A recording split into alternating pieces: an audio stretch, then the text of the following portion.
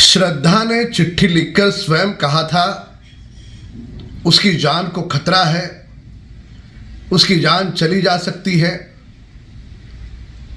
चिट्ठी लिखने के बाद भी उस समय उद्धव सरकार थी, उनकी सरकार ने कार्रवाई क्यों नहीं की? यदि वे वसूली खेल में लिप्त नहीं होते और तुष्टीकरण की राजनीति नहीं करते तो श्रद्धा की जान बच सकती थी। कौन सी तुष्टीकरण की राजनीति थी उनकी? किसे खुश करना चाहते थे? श्रद्धा की मौत का कारण उद्धव सरकार की घिनौनी तुष्टीकरण की राजनीति है। तो बीजेपी की तरफ से बड़ा हमला बोला जा रहा है और इस वक्त तत्कालीन उद्धव सरकार पर भी। वैभव भी हमारे साथ, हमारे सहयोगी लगातार बने हुए हैं। वैभव, लेकिन जिस तरीके से श्रद्धा की ये चिट्ठी सामने आई है तो बहुत कुछ बयां करती है, और श्रद्धा आखिर क्या कुछ झेल रही थी, और वक्त रहते अगर उस वक्त कार्रवाई होती तो शायद श्रद्धा आज हमारे बीच होती।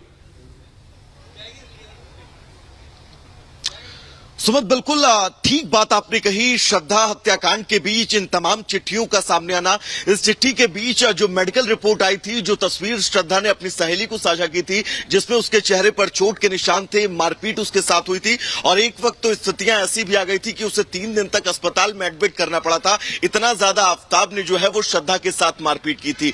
लेकिन समझने वाली बात सुमित ये भी है कि 2019 से ये दोनों लोग एक साथ रिलेशनशिप में आते हैं, और इन तमाम मारपीट के बाद, इन तमाम चिट्ठियों के बाद भी श्रद्धा जो है वो आफ्ताब के साथ हिमाचल प्रदेश जाती है, हिमाचल प्रदेश के बाद उत्तराखंड जाती है, उत्तराखंड के बाद ये लोग दिल्ली में शिफ्ट होते हैं, और दिल्ली में इस पूरी वारदात को आफ्ताब अंजाम देता है। सबसे अहम सुमित ये भी है क्योंकि कल जो प्री एग्जामिनेशन हुआ, पॉलीग्राफ की शुरुआत हुई, पॉलीग्राफ की शुरुआत में हमारे सोर्सेज ये बता रहे हैं कि जब यहां पर जांच टीम के द्वारा ये सवाल पूछा गया आफ्ताब से कि उसने श्रद्धा का मर्डर कैसे किया, तो उसने इस बात का जिक्र बहुत स्पष्ट शब्दों में किया कि उसने जब श्रद्धा को मारा, गुस्से में श्रद्धा की जान ली, उसके बाद वो श्रद्धा के शव के बगल में लगातार वैभव सामने आ भी रही है। और इसके पहले भी आफ्ताब की ओर से, पॉलीग्राफी टेस्ट के पहले भी आफ्ताब की ओर से स्वीकार किया गया था कि उसने हत्या की है। यस, आई किल्ड श्रद्धा, उसने ये बात स्वीकार भी की थी। लेकिन बात वही है, चुनौती वही है विशाल पुलिस के सामने कि भाई सबूत कहां से लेकर आए। वो एक्सेप्ट तो कर रहा है, लेकिन कोर्ट के सामने सबूत पेश करने के लिए फिलहाल पुलिस के पास कुछ नहीं है।